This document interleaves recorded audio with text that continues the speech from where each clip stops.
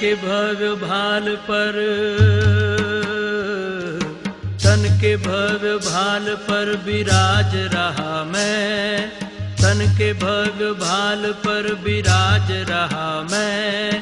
खोल पुतलियों के पट हो, खोल पुतलियों के पट निहार रहा मैं, निहार रहा मैं। तन के भव्य भाल पर विराज रहा मैं। खोल पुतलियों के पट हो,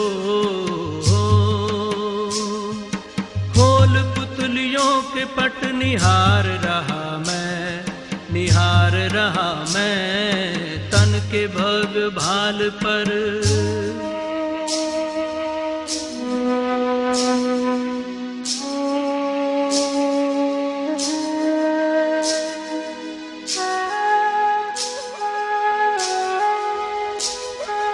मैं प्रकाश पुंज हूँ, अनंत शक्तिवान हूँ, दिव्य ज्योति बिंदु हूँ, मैं शिव पिता समान हूँ।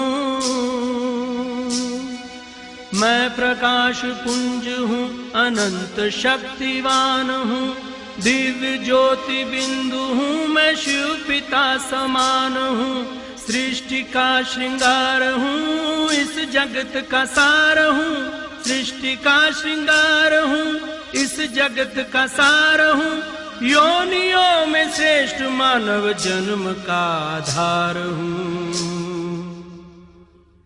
प्राण धरे तन में संचार रहा मैं, तन के भव्य भाल पर विराज रहा मैं। खोल पुतलियों के पट हो, खोल पुतलियों के पट निहार रहा मैं, निहार रहा मैं। तन के भव्य भाल पर विराज रहा मैं। ओम शांति। स्वमान की सीरीज चल रही है, उसमें आज का स्वमान है मैं तख्त नशीन हूँ, दिल तख्त नशीन हूँ। मैं आत्मा दिल तख्त नशीन हूँ। तो बाबा की जो मूल्य चलती है उसमें सब बाबा कहते हैं कि तुम सब बच्चे मेरे दिल तख्त नशीन। बाबा कहते हैं कि तुम बच्चे दिल तख्त नशीन हो। तो बाबा ने एक मुरली चलाई थी, उसमें कहा था कि ऐसी मुरली थी जिससे नशा चढ़ जाए। बाबा ने कहा कि आप दिल रुबा हो और मैं दिलाराम हूँ। तो दिलाराम और दिल रुबा की बातें बाबा ने कही थी। और उसमें बाबा ने बताया कि ऐसे तो सब बच्चे दिल तख्त नशीन ही है, और ये जो मिलन होता है वो कल्प में एक ही बार होता है। और ये मिलन ऐसा मिलन है जिसमें भरपूर हो जाते हैं। तो ये बच्चों का मिलन, बाप और बच्चों का मिलन सच्चा सच्चा कुंभ मेला है। बाबा कहते हैं कई बच्चे होते हैं बहुत दूर दूर रहते हैं, और कई बच्चे सन्मुख भी रहते हैं। बाबा सन्मुख में भी बच्चों को देखते हैं, और बहुत दूर दूर जो बच्चे होते हैं उसको भी देखते हैं। और उसमें भी बाबा लगन को देखते हैं कि फल कितने भी दूर हो, लेकिन अगर बाबा की लगन हो तो दूर होते हुए भी समीप है। शरीर की दूरी की बात नहीं है, लेकिन मन की लगन ऐसी हो जिससे सब दूरी। तो दूर रहने वाले बच्चे अपने दिल की लगन से पास हो जाते हैं और इतने नज़दीक होते हैं। कई बार कहते हैं कि जो बच्चे मुझे कभी मिले भी नहीं हैं, मधुबन में भी नहीं आए हैं, लेकिन इनकी तड़पन ऐसी होती है। जो बाबा के सन्मुख रहने वाले बच्चे भी इतनी तड़पन अनुभव नहीं करते हैं। बांधेलियों की बात बाबा बार बार करते हैं कि इतनी मार खाती है लेकिन उनकी लगन बाबा से बहुत होती है। तो बाबा के दिल तख्त नशीन बनने के लिए नज़दीक, शरीर की नज़दीकी बातें नहीं है, कितना भी दूर होते हुए भी लगन, मन की लगन ऐसी हो। जब मैं एक बार बाबा से मिल रही थी हिस्ट्री हॉल में मिल रही थी, तो बहुत बंधन था उस समय, तो बहुत बंधन था, क्योंकि घर में तो कोई चलते ही नहीं थे और ब्रह्मा कुमारी को तो कोई जानते भी नहीं थे उस समय हमारे विस्तार में, तो घर से निकलना मुश्किल होता था। तभी मैं बाबा से हिस्ट्री हॉल में मिल रही थी, बहुत नज़दीक से मिल रही थी। तो बाबा ने कहा था, मैं बाबा बंधन बहुत है। बाबा ने बोला शरीर का बंधन कोई बड़ी बात नहीं है, मन का बंधन नहीं होगा तो एक बार बाबा के पास आ जाएगी। तो मन का बंधन नहीं होना चाहिए, शरीर का बंधन कितना भी हो, लेकिन शरीर का बंधन तो फिर भी टूट जाता है। तो बाबा कहते हैं कि जैसे आपने देखा होगा कि भक्ति मार्ग में सुदामा का मिसाल है, कितनी भी कठिनाइयां होते हुए भी ये कृष्ण को भूलता नहीं, कृष्णा कृष्णा बहुत ही याद करता है। भक्ति मार्ग की बात है। तो बाबा की याद भी, कई लोग बाबा को याद करते हैं तो कैसे करते हैं, बाबा बाबा बाबा बाबा, मुख से आवाज करते रहते। बाबा कहते मुख का आवाज नहीं, सांस अंदर चलता रहे, श्वासोश्वास बाबा की याद चलती रहे। तो मुख से या तो कहीं हम बाबा को कहते हैं बाबा हम आपको बहुत प्यार करते हैं, लेकिन तो मन को मनाने की बातें हैं। तो अनहद साज चलता रहे, मन में चलता रहे, मन में लगन हो। तो बाप ने कहा कि दिल तक तनसीन तो सब बच्चे हैं, लेकिन बाबा ने एक बात बहुत अच्छी कही थी कि जैसे माला के मणके तो सब होते हैं, 8 की माला भी है, 108 की माला भी है, 16,108 की भी माला है लेकिन मणके एक समान ही है, लेकिन पहला नंबर की माला, पहला नंबर का मणका और 16,108 का लास्ट दाना मणका तो सेम ही है, लेकिन फिर भी एक नंबर और 16,108वां नंबर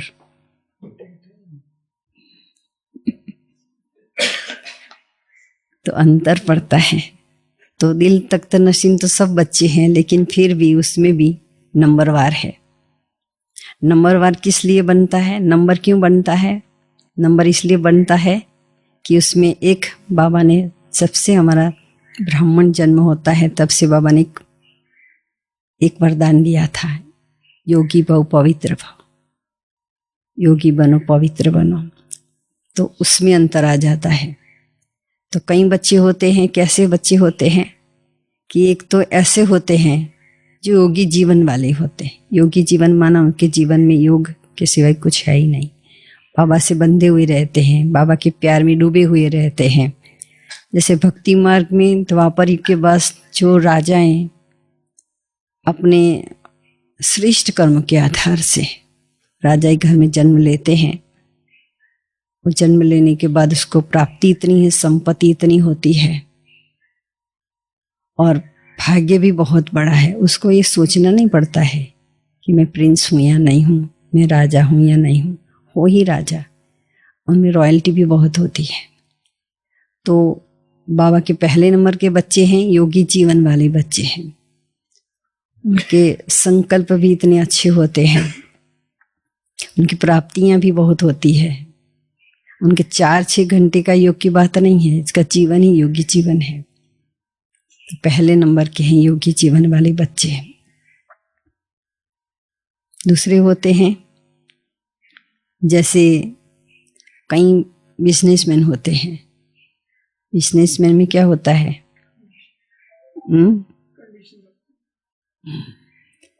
जो योगी जीवन वाले बच्चे हैं वो ऐसे होते हैं जिसका जीवन ही सरल, कोई उलझन वाला नहीं है, लेकिन दूसरे नंबर के बच्चे बिजनेसमैन होते हैं। बिजनेसमैन कैसे होते हैं कि बहुत कमाया और कभी कम कमाया, लेकिन उसका स्टॉक जरूर रहता है, लेकिन फिर भी कभी कभी टूटते हैं और जोड़ते रहते हैं। तो बाबा के बच्चे भी कई ऐसे बिजनेसमैन जैसा है कि जो लगाते हैं और फिर टूटते हैं, फिर जोड़ते हैं, और वो जो कमाई करते हैं उसमें खुश भी तो रहते हैं, ऐसे नहीं ना खुश रहते हैं। बहुत कमाया है तो बहुत खुश, लेकिन कभी कभी कम होता है तो उसके लिए उसको अंदर से होता है कि मुझे ये चाहिए, मैं ऐसे अच्छा बिजनेसमैन बन जाऊं, मुझे बहुत कमाई होनी चाहिए, इस संकल्प रहता है। तो 2 नंबर के बच्चे होते हैं, बिजनेसमैन होते हैं, जिसको हमेशा मेहनत कभी कभी करनी पड़ती है, लेकिन स्टॉक होता है उसके पास। लेकिन तीसरे नंबर के बच्चे होते हैं, वो कैसे होते हैं, अगर कोई विघ्न आ गया तो बाबा को याद करते हैं। पाप खत्म करने के लिए, पाप दग्ध करने के लिए उनको योग करना ही पड़ता है। और ये बच्चे कैसे हैं, मेहनत करने वाले हैं। तो मेहनत ऐसी करते हैं कि मेरा ये पाप कर्म खत्म हो जाए, विनाश हो जाए, उसका संकल्प भी रहता है। लेकिन मेहनत, बाबा कहते हैं बाप के बच्चे और मेहनत, मैं तो आपको बालक सो मालिक हो। बालक सो मालिक माना जब बाबा की याद में रहते हैं, बाबा को बहुत प्यार से याद करते हैं तो बालक है। लेकिन जब कर्म क्षेत्र पर आते हैं तो अपने मन को, आत्मा को मालिक समझकर अपनी कर्मेंद्रियों से जो कर्म करवाते हैं वह माल। बाबा कहते हैं कि ऐसे बालक सो मालिक। मेरे बच्चे तख्त नशीन बच्चे तो सभी है, लेकिन फिर भी उसमें नंबरवार तो है ही। अभी तख्त नशीन बच्चे कौन बन सकते हैं, कौन बन सकते हैं? इसकी निशानियां तो है ना, कौन सी है निशानियां? जो अकाल तख्त पर रहते हैं, जो आत्मिक स्थिति में रहते हैं, जो आज्ञाकारी है, और उसकी निशानियां है कि वो ईमानदार है। जैसे अपने बाबा को देखा होगा ना, ब्रह्मा बाबा की कहानियां सुनी, ब्रह्मा बाबा के जीवन कहानी सुनी। बाबा कैसा वफादार था, आज्ञाकारी था, कभी भी नहीं सोचा कि बाबा ने कहा है तो क्यों ऐसा कहा होगा, कभी अपना संकल्प चलाया ही नहीं है। जबकि उसके सामने कोई एग्जाम्पल था ही नहीं, वो खुद ही आगे चला, इंजन बन के चला। और बाबा ने उसका कोई भी उसको ये नहीं था, तो भी उसको ऐसा कभी नहीं लगा कि मैं जो बाबा मुझे जो कह रहे, वो संपूर्ण निश्चय था, बाबा के ज्ञान में निश्चय था, और बाबा के जो भी बातें हैं उसमें निश्चय था, ड्रामा में निश्चय था, ड्रामा की पटरी पर चलने वाले थे। तो ब्रह्मा बाबा को कैसे बाबा ने पसंद किया। उसके साथ साथ बाबा ने बराबर उसको समझा, स्वयं भगवान को उसने समझ लिया बराबर कि ये जो भी है वो मेरे लिए ही सब कुछ है। और बाबा को ऐसा ईमानदार और ऐसा वफादार और ऐसा फरमान बरदार, जो भी बाबा ने कहा जी बाबा, ऐसे बच्चे बाबा के दिल तक पर रहते हैं। दूसरा है कि पहले भी बताया कि उसका साज, उसका श्वास चलता है बाबा की याद में। उसके लिए बाबा ही संसार है, और कोई संसार है ही नहीं। बाबा ही संसार है, माना संसार में 2 चीजें आती है, व्यक्ति आता है और वस्तुएं आती। बाबा के जीवन में, ब्रह्मा बाबा के जीवन में बाबा ही एक संसार था, और इसलिए अपना परिवार सहित वो बाबा सरेंडर हो गया। सरेंडर होने की बात इतनी सहज नहीं है, लेकिन फिर भी बाबा ने एक थक से सरेंडर कर दिया, अपना बिजनेस ही एकदम छोड़ दिया। और उसके साथ साथ बाबा ने भाव जो विश्व किशोर दादा था, उसने भी उनके साथ साथ फॉलो किया, तो सरेंडर कर दिया। तो ऐसे जगदीश भाई जी की बात याद आती है कि जब ये शुरुआत में कोर्स करता था, थोड़े ही दिन हुआ था, और कहा था कि उसने हट दी कि मालूम पड़ गया कि भगवान आ रहा है। तो उसी समय उसका बहुत 15-20 ही दिन हुआ था, कोर्स भी पूरा नहीं हुआ था, और उसने हट पकड़ी कि नहीं, मुझे तो आना ही है, कैसे भी करके मुझे ले जाओ। तो दादी ने युक्ति रची कि ऐसी युक्ति रची कि सुबह में है ना 2 बजे गाड़ी जाएगी, इसमें हम जाएंगे। तो वो है ना साइकिल लेकर के 1 बजे पहुंच गया। अभी कैसे बहाना नहीं निकाले। फिर एक दिन तो बाकी था, उसने तो ऐसा बोला कि हम आज ऐसे सुबह में जाएंगे, लेकिन गए नहीं। लेकिन बाबा वो तो जगदीश भाई वहीं बैठ गया और कहा कि मुझे लेके ही जाना है, कुछ भी हो जाए। लेकिन ऐसे कैसे ले जाएं, क्योंकि वो दीदी की छुट्टी चाहिए, और दीदी की छुट्टी जब तक नहीं मिले तब तक तो ले नहीं जा सकते हैं, और नया नया है स्टूडेंट। तो उन्होंने बात की कि ऐसे तो जिद पकड़ के बैठे हैं, क्या करें। प्लस को बोलो ये 108 बार है ना निश्चय पत्र लिखे, 108 बार। तो उसने बोला कि ठीक है मैं लिख लेता हूँ। उसी समय तो थोड़ा सा ही टाइम था। तो उन्होंने मतलब कि निश्चय पत्र लिख करके बोला कि लो ये मैंने लिख दिया है। 15 मिनट में कैसे लिखा है। तो उसने है ना कि निश्चय पत्र लिखा, और लिखा 27 बार लिखा, और उसके बाद वो लिख दिया, उसके 4 गुना कर दिया और दे दिया, 4 बार पढ़ो ऐसा। तो फिर उन्होंने है ना, तो ये दादी ने पूछा कि आपने लिख दिया? बोला हाँ, भेज दो। भेज दिया। तो बड़ी दीदी तो बहुत चतुर थी, होशियार भी बहुत थी। उसने बोला मुठा नहीं तो 27 बार ही लिखा है, लेकिन उसके पीछे लिखा था कि ये 4 बार पढ़ो। तो तो ऐसे इतनी लगन थी, बहुत लगन थी, और इतनी लगन थी कि भाई अभी इतना जीत पकड़ के सेंटर पर बैठ गए तो उसको लेके आओ। तो मतलब कि ऐसे इतना निश्चय था। आप उनकी अगर पुस्तकें पढ़ोगे ना तो आपको लगेगा कितना निश्चय था, इतना पढ़ा हुआ लिखा हुआ सब कुछ था, लेकिन निश्चय कितना था। तो हमको बाबा के महावाक्यों में भी इतना ही विश्वास होना चाहिए, इतनी श्रद्धा होनी चाहिए। नहीं तो कई बार ऐसा होता है, बाबा ने पहले तो ऐसा कहा था, अभी तो ऐसे कह रहे हैं। बाबा के लिए भी हम, बाबा को भी हम ऐसे उनके साथ मतलब कि ऐसे बातें करते हैं। तो हमारी दिल सदा कहाँ होनी चाहिए। बाबा कहते हैं कि अभी इस आजकल दिमागी की दुनिया होती है ना, तो क्या होता है, दिमाग तो बहुत अच्छा चलता है तो पूरी मुरली याद रह जाती है। हमको एक बात याद आती है कि हमारे वहाँ एक बहन थी ना, उसको पहले पेज पर क्या है, पहले पेज के पैराग्राफ में क्या है, सब कुछ याद रहता था, लेकिन मुरली सुनना और सुनाना नहीं, लेकिन स्वरूप बन जाना, वो हमको स्वरूप बनना बहुत बड़ी बात है। तो स्वरूप बनने की बात जब आती है तभी दादियों की बात याद आती है, क्योंकि हमको ये, हम दादियों के साथ तो बहुत रहे थे, उसमें एक दादी थी, तो दादियों का अनुभव बहुत था। ये सीतू दादी थी, हाँ सीतू दादी, वो है ना, तो साथ में रहते थे। तो कभी कभी मैं पूछती थी कि आप कैसे, मतलब कि देखो, तो उसने एक बात बताई हमको कि मैंने बोला कि आपको कैसे अनुभव हुआ। तो बोला मैं छोटी थी ना, तो बाबा के पास आई ना, तो बाबा ने मुझे कुछ लिखा था ना, वो पढ़ने के लिए बोला, लेकिन पढ़ना तो नहीं आता था, लेकिन चित्र बनाया था, तो बोला कि चित्र देखो। तो मेरे को बोला एक आंख बंद करके एक आंख से देखो। तो मैंने एक आंख बंद करके देखा ना, तो बराबर है, लेकिन दूसरी आंख से बिल्कुल नहीं दिखाई दिया। तो मुझे पहली बार मालूम पड़ा कि मेरी एक आंख काम नहीं करती है।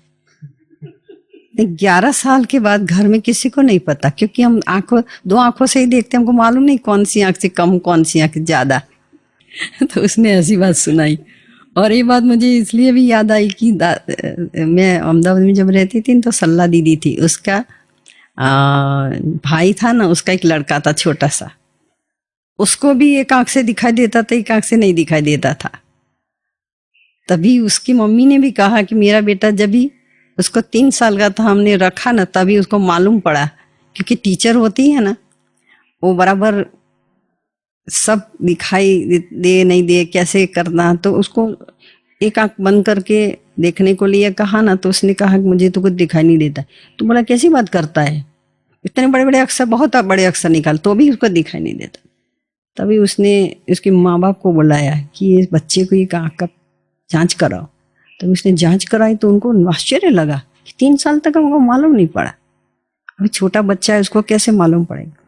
तो कहने का मतलब कि बाबा ने सिद्धू दादी को तो दादियाँ तो ऐसे भोली भोली और बाबा की आज्ञा पर चलने वाली है एकदम। कई बार क्या होता था कि मैं कहती थी दादी आप वहां से आते हो तो बहुत कुछ सामान लेकर के आते थे, और सबसे पहले वो दादी के पास जाती थी, वो सारा सामान वहां दे देती थी। दादी कहते कि ठहरो ठहरो, अभी तो आप आए हो और यहाँ सीधा लेके आए हो। बोला नहीं दादी, ये सारा सामान इसलिए मैं देती हूँ कि अमानत में खयानत करने वाले भी कोई कोई होते हैं, तो इसलिए। दादी ऐसे चप्पल पहनती थी ना, टूटा हुआ चप्पल पहनती थी। तो मैंने एक बार उसको बताया कि दादी आप एक ऐसा करो कि आप है ना, एक चप्पल है ना, इतने सारे आपको स्टूडेंट आते हैं, उन किसी को भी आप कहोगे तो नहीं नहीं हमको ये सब नहीं करना, हमारा हिसाब नहीं बढ़ाना है। अरे आप दादी जी को तो कहो चप्पल लेंगे लच्छू दादी, तो कहते नहीं नहीं नहीं यहाँ क्यों बोझ चढ़ाऊं। और दूसरी बार जब आती थी वही चप्पल पहन के आती थी। तो मतलब कि उनको कितना कम वाला, कहते हैं बाबा कि जितने कम पैसे में चलाना इतना चलाते थे। और एक बात मुझे इसलिए याद आती है कि वो कैसे थे, बाबा के दिल पर चढ़े हुए थे कि वो अपनी एक बीमार थे और हॉस्पिटल में दाखिल हुए थे, लेकिन उनकी एक बच्ची का समर्पण समारोह था। तो डॉक्टर ने बोला कि आप नहीं जा सकते, आपकी तबीयत बहुत खराब है। बोला नहीं मुझे इसमें जाना ही है, क्योंकि मुझे उनका समर्पण समारोह कराना ही है। मुझे छुट्टी नहीं दोगे तो मैं तो ऐसे ही चली जाऊंगी। तो फिर डॉक्टर ने बोला कि इतनी बड़ी दादी है, समर्पण समारोह है, और समर्पण समारोह पूरा हुआ, फिर से वापिस आई, 2 दिन में उसका शरीर छूट गया। तो कैसे मतलब कि बाबा के दिल पे चढ़ी हुई दादियां हैं। तो दल तख्त नशीन बनने के लिए एक तो ईमानदारी चाहिए, है ना, और वफादारी भी चाहिए। यज्ञ में हम जितनी वफादारी से चलेंगे, जितना ईमानदार होके चलेंगे, कोई को मालूम पड़े या ना पड़े, लेकिन बाबा तो सब देखता है। बाबा की मशीनरी तो ऑटोमेटिक चलती है। ऐसा नहीं कि कोने में बैठ करके कोई बहुत अच्छा काम करेगा तो बाबा को मालूम नहीं पड़ता, ऐसा नहीं है। बाबा को तो ऑटोमेटिक मशीनरी सब कुछ पता पड़ता है। इसलिए कितनी भी हम चालाकी कर ले, कितना भी कुछ कर ले, लेकिन बाबा की मशीनरी, कहते हैं ना कि भगवान के दरबार से, तो भगवान के दरबार में सब कुछ क्लियर होता है ना। और भगवान के दरबार में कहते हैं मधुवन शीशमहल है कि नहीं है, बहुत सारी आंखें हैं, हमें पता हो या ना हो। इसलिए बाबा कहते हैं कि आपका जो जीवन है वो कैसा होना चाहिए, सच्चा जीवन होना चाहिए। फिर जैसे भक्ति मार्ग में गायन है ना कि मीरा को क्या था, एक बाप एक ही कृष्ण, उसके लिए जीवन में सब कुछ था।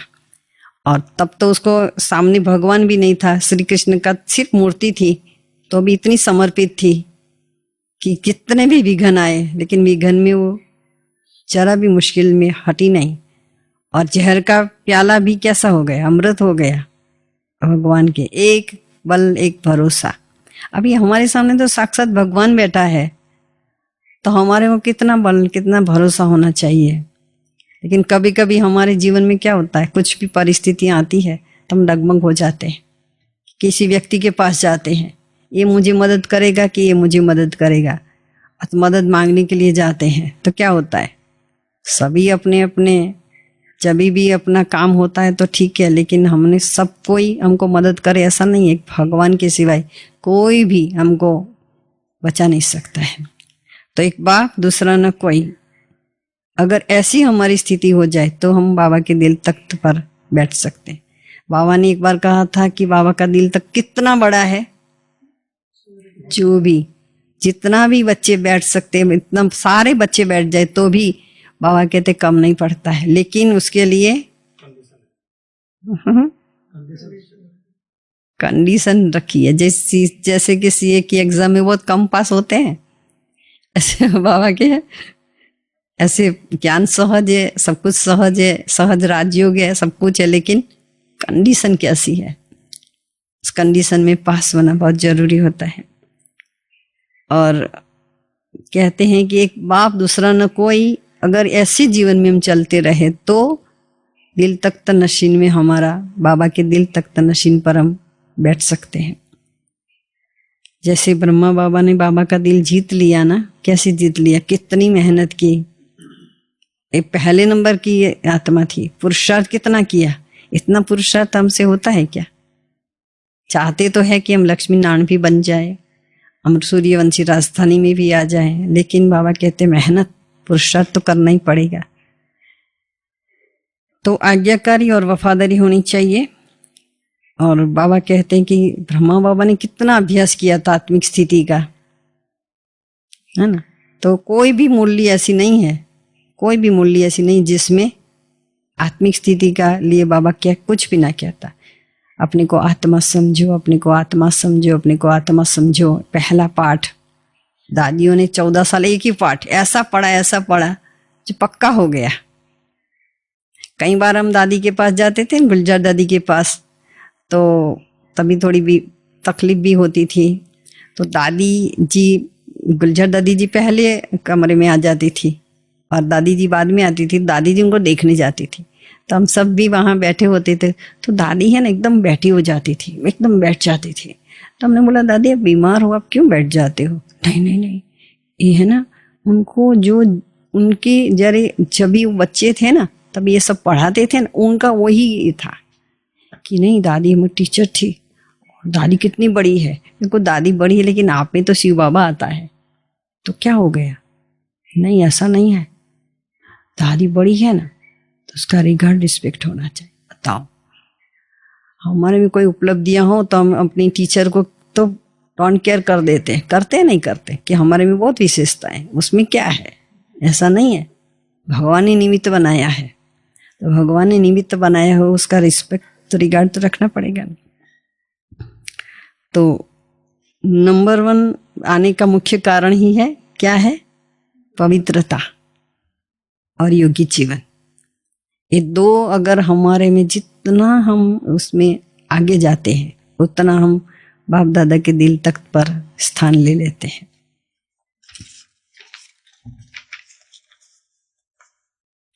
तो बाबा के दिल तख्त नशीन बनने के लिए बाबा कहते हैं कि कई बार ऐसा भी होता है कि हम कंपटीशन में भी लग जाते हैं। हमारी कंपटीशन होती है, किसकी कंपटीशन होती है? हर प्रकार की कंपटीशन करते हैं, कंपैरिजन करते हैं। बाबा कहते हर एक का पार्ट कैसा है? हर एक का पार्ट अपना अपना होता है, और कोई भी पार्ट में हम इंटरफियर नहीं कर सकते हैं। कर सकते हैं? नहीं। ड्रामा में सबका अपना अपना रोल है, अपना अपना पार्ट है। एक का पार्ट ना मिले दूसरे पार्ट से। अगर ड्रामा का पार्ट हमने पक्का कर लिया तो क्या होगा? क्योंकि सुबह से उठते हैं तब रात तक अगर ड्रामा को साथ में रखते हुए चलते हैं, साक्षी बन करके चलते हैं, तो हमारा पुरुषार्थ कैसा चलता है? सरल चलता है। लेकिन शुरुआत में जब आते हैं तो हमारा पुरुषार्थ कैसा होता था? कैसा होता? शुरुआत में जब पहले आए होंगे तो इतना पुरुषार्थ चलता है, लगता है कि आज ही लक्ष्मी नारायण बन जाएंगे। इतना अच्छा पुरुषार्थ लगता है ना, कि श्रेष्ठ पद हमको मिल जाएगा। तो उसी समय ऐसा, और बाद में कैसा हो जाता है? क्यों ऐसा होता है? उसमें अंतर क्यों पड़ जाता है? अंतर क्यों पड़ जाता है? अंतर इसलिए पड़ता है कि जब भी हम शुरुआत में चलते हैं तो हम एक को किसी को पहचानते नहीं है, स्टूडेंट को, किसी को भी, तो हम बाबा को देखते हैं, बाबा की महावाक्य को सुनते हैं, और हमको लगता है कि ये सब तो हमारे आगे हैं, हम थोड़े पीछे हैं। तो हम क्या करते हैं? हम उसको बहुत लोगों से प्रभावित हो जाते हैं कि बहुत आगे हैं, हम पीछे हैं, हमको भी उन जैसे बनना है। लेकिन धीरे धीरे हम सबसे नजदीक आते जाते हैं तो क्या होता है, जब नजदीक आते हैं तो जब नजदीक आते घर में भी तो मालूम है ना कि शुरुआत में तो कैसा प्यार होता है। 30 साल साथ में रहे लेकिन ऐसा प्यार क्यों? क्योंकि जब नजदीक आते हैं तभी एक दूसरे की विशेषता को देखना बंद कर देते हैं। फिर हम देखते हैं क्या, कमियां देखते हैं। 20 साल से चलता है उसमें ऐसा है, 30 साल से चलता है, 40 साल से चलता है उसमें ऐसा है। तो हमारा ध्यान फिर है ना अपने से हट करके दूसरों में चला जाता है। फिर हमारी जो मंजिल होती है ना उससे हम क्या होता है, मंजिल से थोड़े दूर हो जाते हैं। योग करते हैं, क्लास कराते हैं, करते हैं, लेकिन फिर भी हमारी विशेषताएं, जो सबकी विशेषताएं देखने का जो हमको पॉजिटिव रहना चाहिए, लेकिन हमारा पॉजिटिविटी धीरे धीरे कहाँ जाती है। ऐसे शुरुआत में है ना संगठन होता है, उसमें भी क्या होता है, शुरुआत होती है पॉजिटिविटी से। 4 लोग बैठे हैं, बहुत अच्छी अच्छी बातें करेंगे, लेकिन जब उठेंगे ना तो आप देखना कि एक दूसरे की ऐसी विशेषताएं देखेंगे।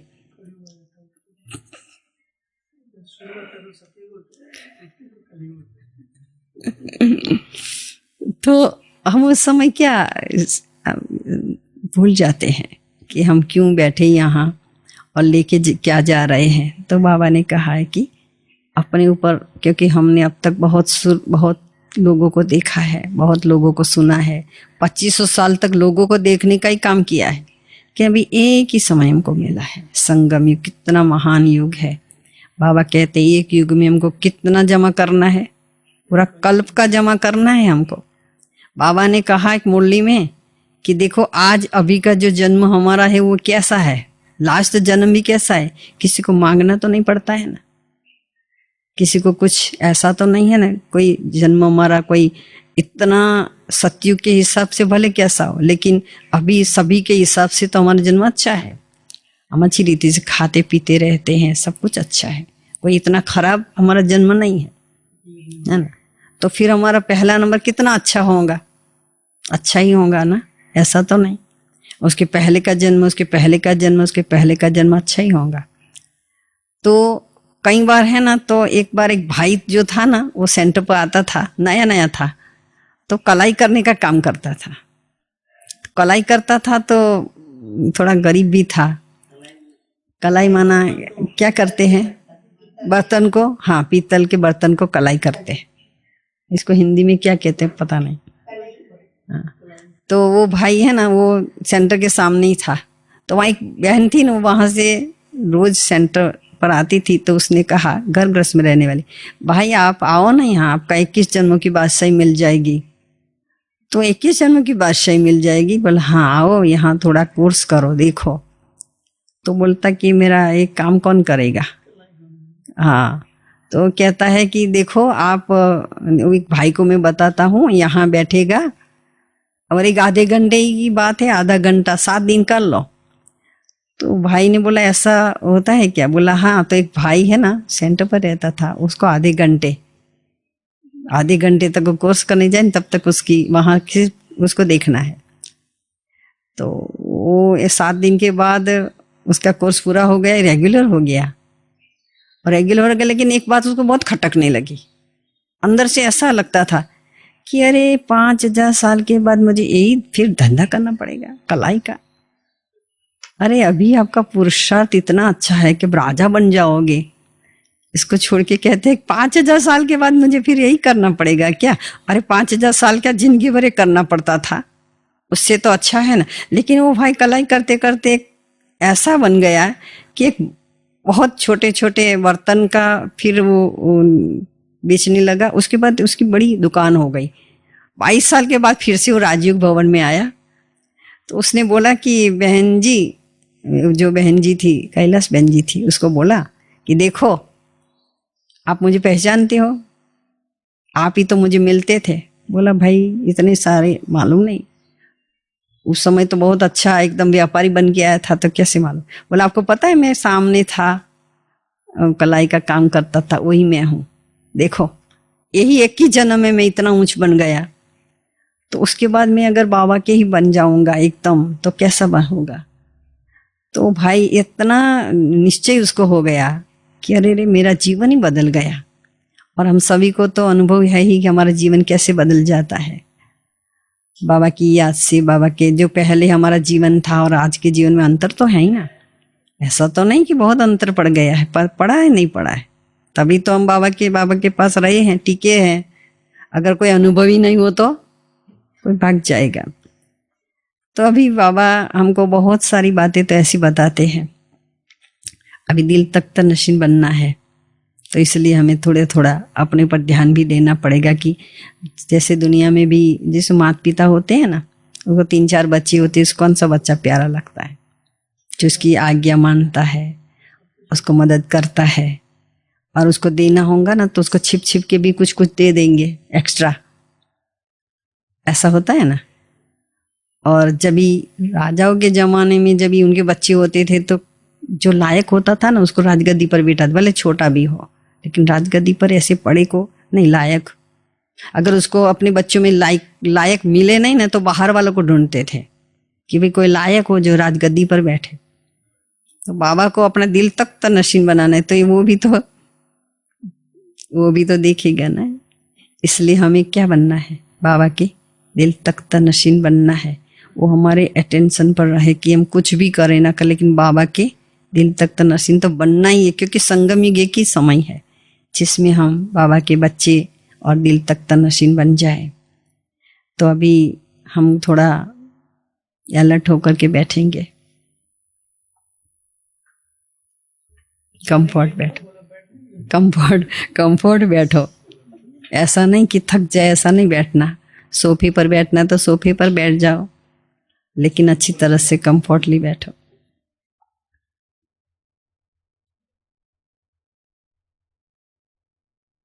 साकार देह में भ्रुकुट के बीच में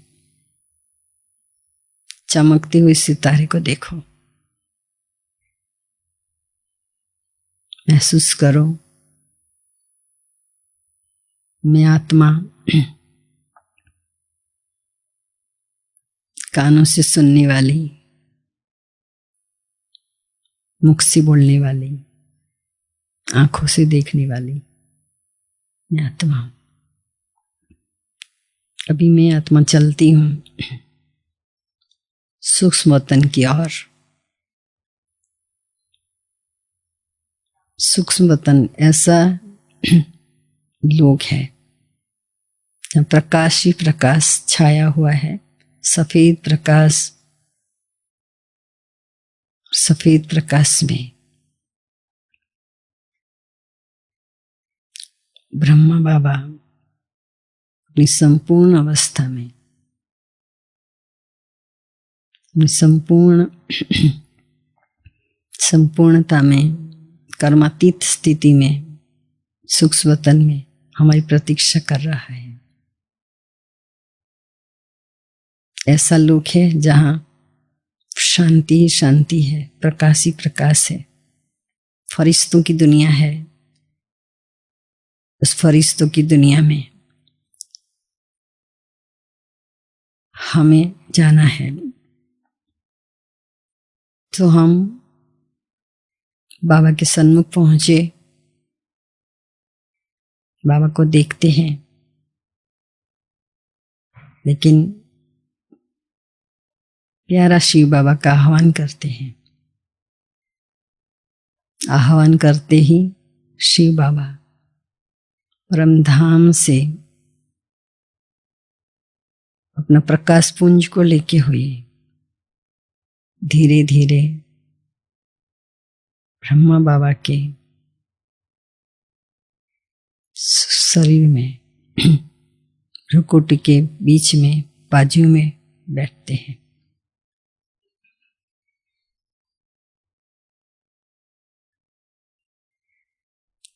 देखो बाप दादा को, वो हमें नैनों से मुलाकात कर रहे हैं, प्यार से देख रहे हैं। बाप दादा अलौकिक और पारलौकिक पिता दोनों साथ में। पवित्रता का सागर बाप है और पवित्रता की किरणें फैला रहा है। हम उस पवित्रता की किरणों में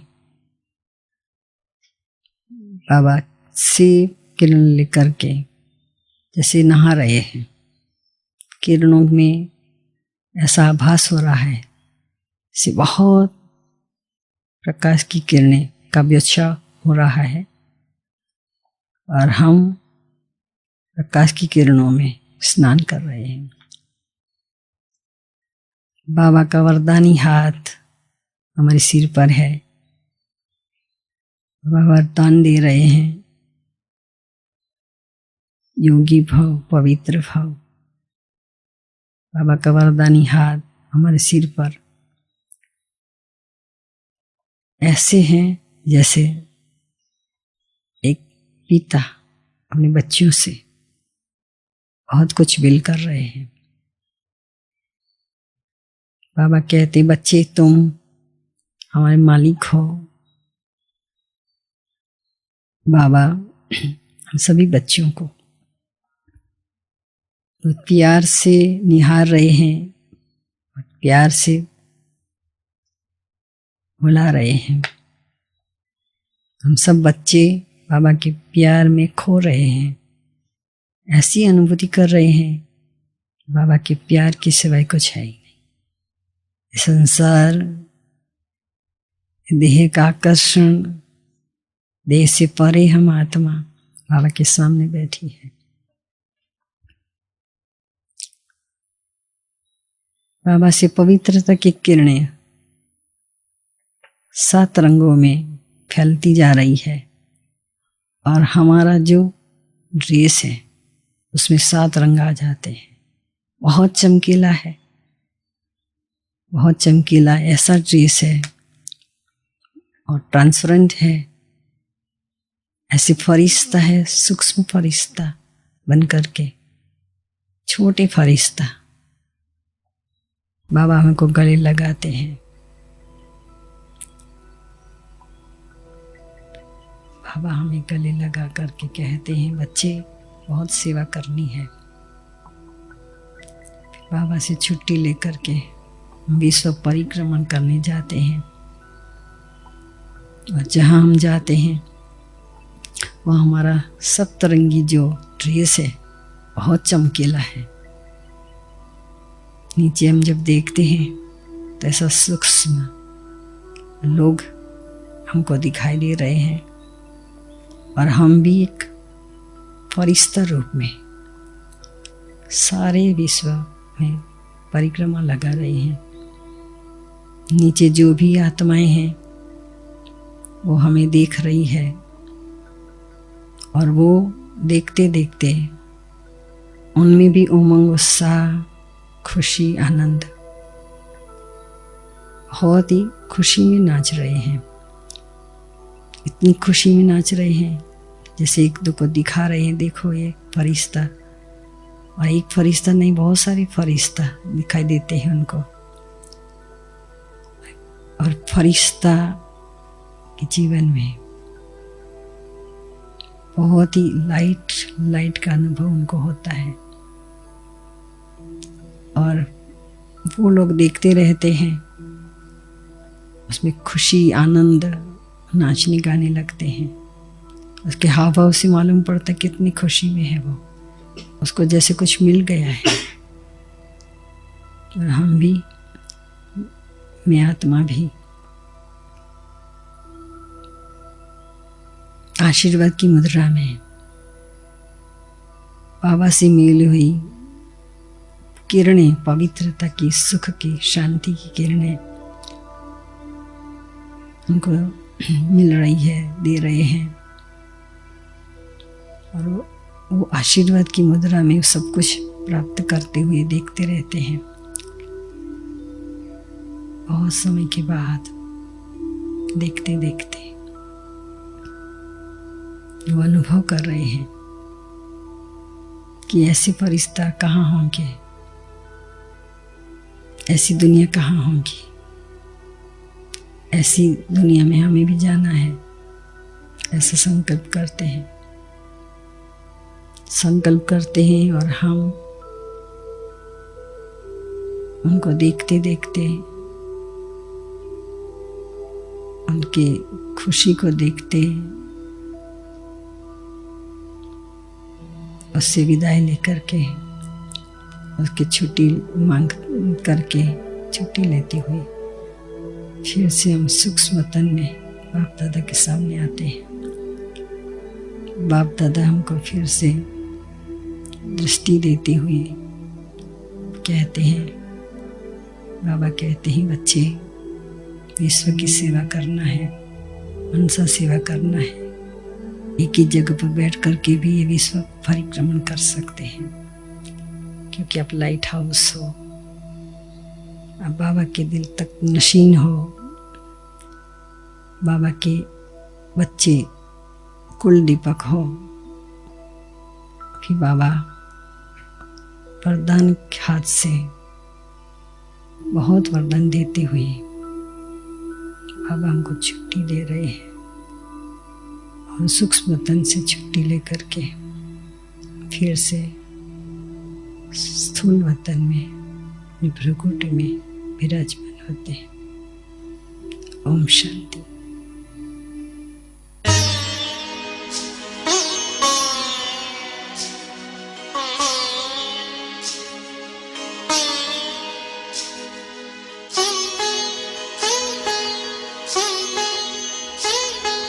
धरती का सितारा हूँ, देह का उजाला हूँ, सर्व का सहारा हूँ, मैं शिव पिता का प्यारा हूँ। धरती का सितारा हूँ, देह का उजाला हूँ, सर्व का सहारा, मैं शिव पिता का प्यारा हूँ। न्यारा हूँ, निराला हूँ, प्रसन्न चित्त वाला हूँ, न्यारा हूँ, निराला हूँ, प्रसन्न चित्त वाला हूँ। न्यारा हूँ तो प्यारा भी हूँ, शीतल हूँ, ज्वाला हूँ।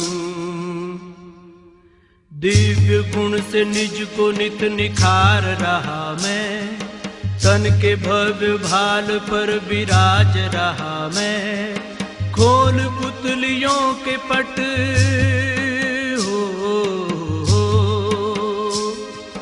खोल पुतलियों के पट निहार रहा मैं, निहार रहा मैं। तन के भव्य भाल पर विराज रहा मैं।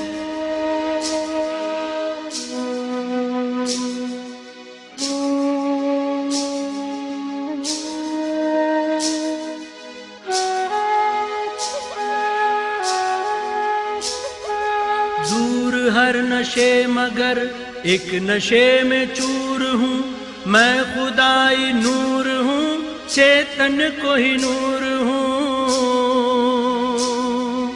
दूर हर नशे मगर एक नशे में चूर हूँ, मैं खुदाई नूर हूँ, चेतन को ही नूर हूँ।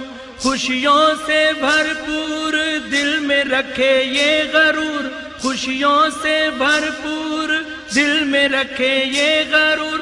ठान लूं जो चाहूं तो कर सकता जरूर हूँ। संग शिव के स्वर्ग भू पे ला रहा हूँ मैं, तन के भव्य भाल पर विराज रहा मैं। खोल पुतलियों के पट